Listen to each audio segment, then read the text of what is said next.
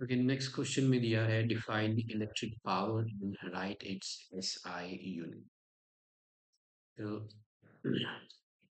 Electric power है कितनी rate पे इलेक्ट्रिकल एनर्जी कंज्यूम्ड होती है या डिसिपेट होती है in the form of or dissipated in the form of heat. That's called the electric power.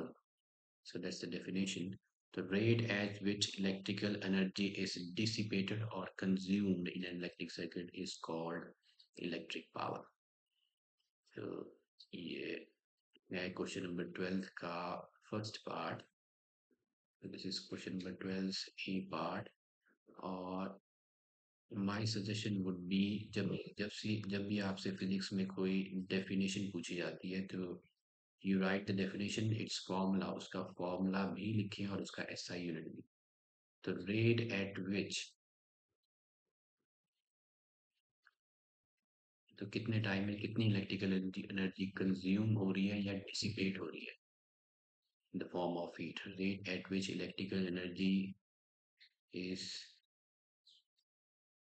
Consumed और डिसिपेटेड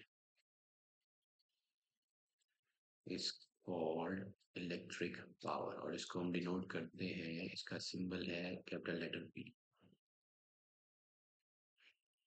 तो इसका मतलब है the rate at which electric energy is consumed or dissipated is called power। और इसका formula होता है P is equal to V into I, where V, जहाँ V है पोटेंशियल डिफरेंस, I है करंट। और अब इसका अगर आपको SI यूनिट लिखना है इस फॉर्मूला में V और I का SI यूनिट डाल दो। V का SI यूनिट है वोल्ट, V मतलब पोटेंशियल डिफरेंस, और करंट का है एम्पियर। तो वोल्ट को हम डिनोट करते हैं V से, करंट का है एम्पियर, तो बन गया वोल्ट एम्पियर। तो या तो आप वोल्ट एम्पियर लिख सकते हो या फिर आप इसको लिख सकते हो वॉट। आप इसको वॉट वॉट वोल्ट पर वोल्ट एम्पियर को हम वॉट भी बोलते हैं, या फिर आप इसको जूल पर सेकंड भी लिख सकते हो। तो इसका एसआई यूनिट जो है वो वॉट है, वोल्ट एम्पियर। और ये इस फॉर्मूला से बनेगा 1 वोल्ट और 1 एम्पियर, इसे हम बोलते हैं 1 वॉट। और 1 वॉट जो है 1 वोल्ट, इसको फर्दर अगर हम करें तो जो आपका पोटेंशियल डिफरेंस है वो होता है V by Q, sorry W by Q. और W मीन्स वर्क का ऐसा यूनिट है जूल, और Q है आपका कूलम। तो इसे आप वोल्ट को आप जूल पर कूलम भी लिख सकते हो इनटू। और जो एम्पियर मतलब करंट, करंट का हिस्सा है, करंट का फॉर्मूला होता है Q बाई टी। Q का हिस्सा, Q मीन्स चार्ज का ऐसा यूनिट है आपका कूलम, C जिसे हम C से डिनोट करते हैं, और टाइम का है सेकंड। तो ये बन जाएगा कूलम पर सेकंड। तो इसे आप कूलम पर सेकंड भी लिख सकते हैं, कूलम कूलम कैंसिल हो जाएगा और ये बन जाएगा जूल पर सेकंड। तो जूल पर सेकंड या वोल्ट एम्पियर, और उसी को हम बोलते हैं वॉट। तो ये इसका ऐसा यूनिट है, आप वॉट लिखो, वोल्ट एम्पियर लिखो और जूल पर सेकंड लिखो। Now let's read out the second part. Second part में दिया है 2 बल्ब्स हैं 100 वॉट, टू उनकी रेटिंग है 100 वॉट का, 220 वोल्ट पोटेंशियल डिफरेंस पे ऑपरेट करते हैं। 60 वॉट का सेकंड और 220 सेम पोटेंशियल डिफरेंस पे ऑपरेट हो रहे हैं, और वो पैरेलल में कनेक्टेड है एक इलेक्ट्रिकल मेन्स 220 वोल्ट के। तो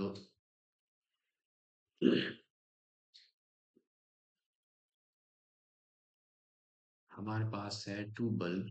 तो ये है एक, let's say this is 1 bulb, और इसकी जो रेटिंग है वो है 100 वॉट, 220 वोल्ट पे ऑपरेट होता है।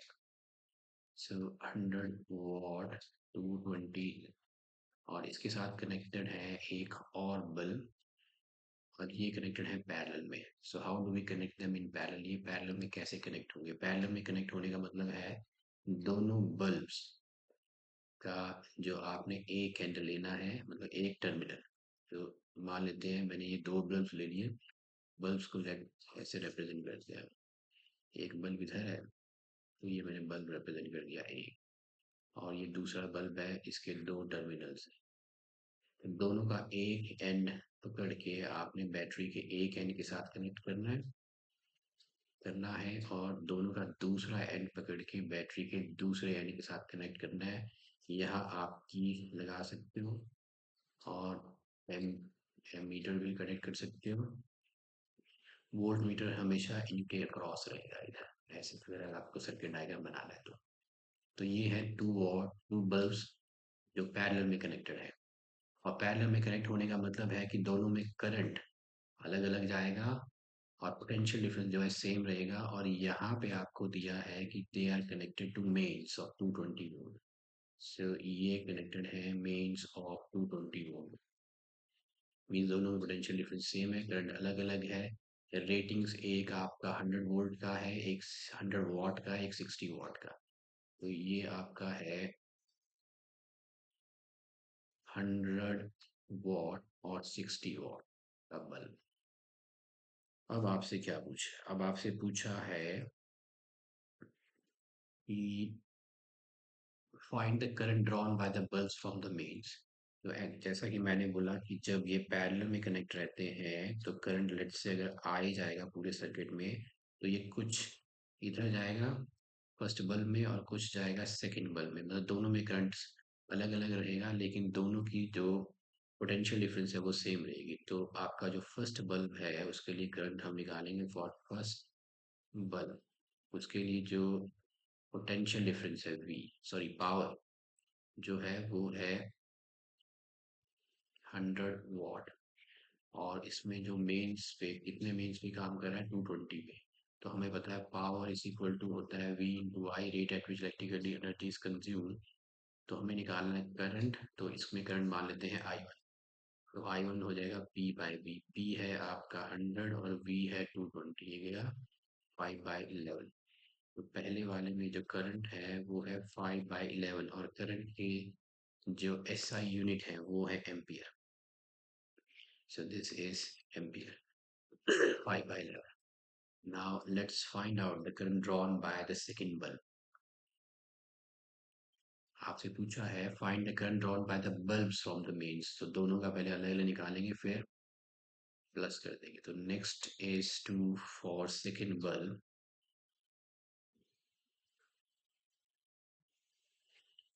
क्योंकि आगे हमें ये ऐड ही करना है तो मैं इसे सिर्फ पावर को 100 वाट बाय 220 एम्पियर ही रहने देता हूँ, ताकि आगे आपको ऐड करने में जो है आसानी रहे। तो ये है for second bulb.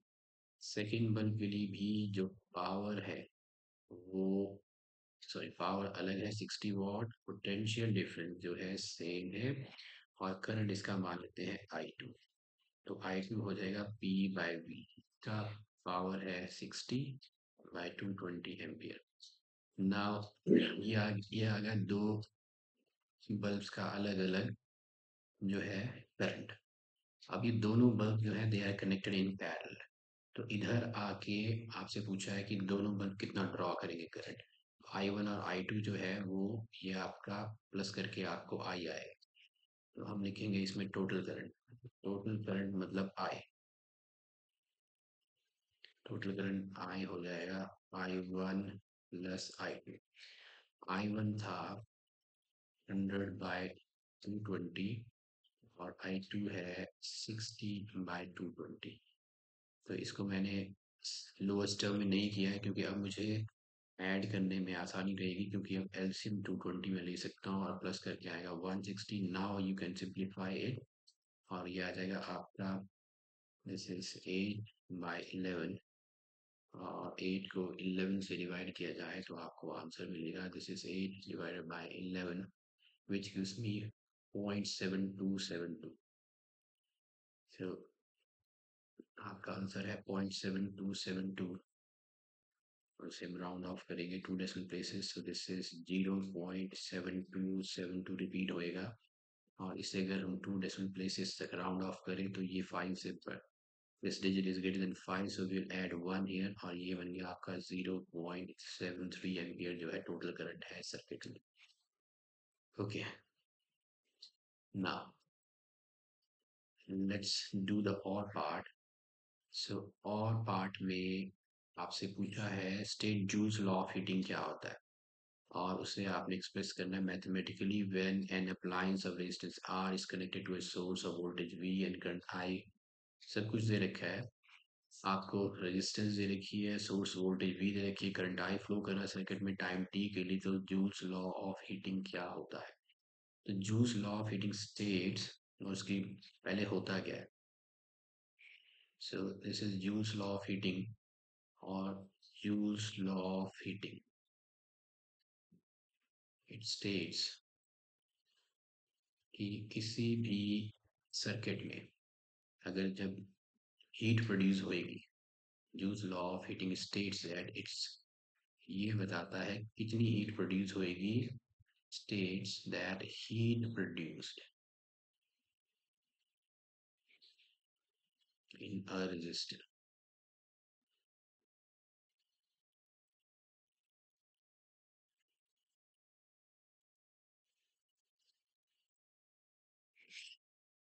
Okay.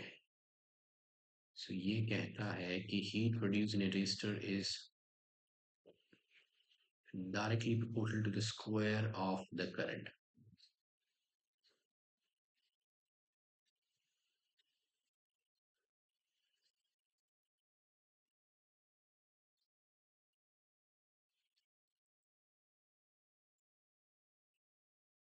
Okay. So it's directly proportional to the square of the current. So heat को हम डिनोट करते हैं H, डायरेक्ट प्रोपोर्शनल का साइन ये, और जितना ज़्यादा करंट का स्क्वायर होगा उतनी ज़्यादा हीट प्रोड्यूस होएगी। और दूसरा है इसका एक फैक्टर इस पे डिपेंड करती है हीट प्रोड्यूस, और दूसरा है directly proportional to the resistance. जितना ज़्यादा सर्किट रेजिस्टिव होएगा उतनी ज़्यादा हीट प्रोड्यूस होएगी।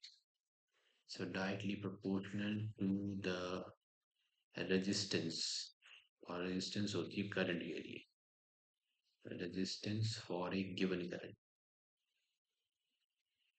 तो अगर सारा का सारा आपका सर्किट रेजिस्टिव है तो उतनी ही ज़्यादा हीट प्रोड्यूस होएगी।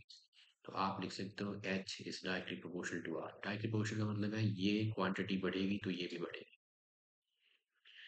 नेक्स्ट रहेगा आपका टाइम, कितने टाइम के लिए फ्लो करेगा, तो वो भी डायरेक्टली प्रोपोर्शनल है हीट प्रोड्यूस उसके भी। मतलब जितने ज़्यादा टाइम के लिए करंट फ्लो करेगा सर्किट में,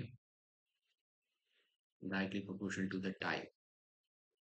और आपने देखा या सुना होगा कि किसी भी मशीन को हम जब ज़्यादा देर तक ऑपरेट करते हैं, किसी मोटर को या किसी ऐसे मशीन को जिसमें पार्ट्स जो है एक दूसरे के ऊपर से they run over each other, तो हम उसे थोड़ी देर बाद बंद कर देते हैं, because the heat produced in that circuit is directly proportional to the for the time to the time for which the current flow। जितने ज़्यादा टाइम के लिए करंट फ्लो करेगा उतनी ज़्यादा हीट प्रोड्यूस होगी, direct proportional to the time for which the current flows. तो अगर आपको इसको मैथमेटिकली लिखना है तो it is direct proportional to T. अब अगर हम 1, 2 और 3 को कंबाइन करें तो आपका कुछ ऐसा बनेगा, heat produce direct proportional to I R square R T. आप प्रोपोर्शनल का साइन हटा दें तो यहाँ कुछ कांस्टेंट रहेगा, उसे हम लगाएंगे नहीं अभी। So H is equal to I square R T, this is the mathematical expression. But हमसे पूछा है कि we have to express in terms of VI and R, VIR and T। So VIR and T में ये नहीं है हमारे पास, सिर्फ हमें चाहिए VIR and T। So I can also express it as in terms of VI and T। So अभी जो मेरे पास है या रेजिस्टेंस R भी, तो आपका जो फॉर्मूला है आप ये लिख सकते हो, H is equal to I square RT, और let me use the Ohm's law और R को रिप्लेस कर देते हैं। तो हमें पता है V is equal to होता है IR, तो आपका R हो जाएगा V by I, और इसकी वैल्यू अगर हम यहाँ डालें तो H is equal to हो जाएगा I square, R की जगह आ जाएगा V by I into T। तो ये ऐसे, ये है I square आर हो जाएगा V by I into T, एक आई कट जाएगा और हमारे पास बच गया H is equal to V I into T if you have to write it completely in terms of potential difference, current and time. Okay, next part. Okay, next part में दिया है 5 ohm resistance is connected across a battery of 6 volt. We have calculated the energy that dissipates as heat in 10 seconds. So let's write down what is given to us. It's a resistance, potential difference. So ये part 2 आपको दिया है resistance. तो resistance है 5 ओम और potential difference जिसे हम we से डिनोट करते हैं वो है 6 वोल्ट और आपको दे रखा है टाइम इन सेकेंड्स। तो ये टाइम है 10 seconds. This is now this is 10 seconds और हमें कैलकुलेट करना है energy. Energy means electrical energy consumed. So और energy dissipated the form of heat. इस केस में एक 5 ohm resistor connected across a battery of 6 volt. We have to calculate the energy that dissipates as heat. So as heat means that we have to use the formula H is equal to the formula for that is the Joule's law of heating, which says that H is equal to I square RT, but I is not given. We have to get it completely in terms of R, V and T. So Ohm's law से V is equal to होता है IR, I हो जाएगा V by R और ये I square है तो I square हो जाएगा V square by R square. तो आई स्क्वायर की जगह हम लिख देंगे V square by R square. R और टी वैसे रहेंगे, एक आर कट जाएगा, एच आपका आ जाएगा V square R into T. अब वैल्यू रिप्लेस करें तो वी पोटेंशियल डिफरेंस है 6 का स्क्वायर, रेजिस्टेंस है 5 ओम, टाइम है आपके पास 10 seconds. So this is 5 to the 10 and heat. So this is 36 into 2 is 72 और heat dissipated का जो यूनिट है वो है joule because it's a form of energy. जितनी भी एनर्जीज है सबका ऐसा यूनिट जूल ही रहता है। So this is 72 joule.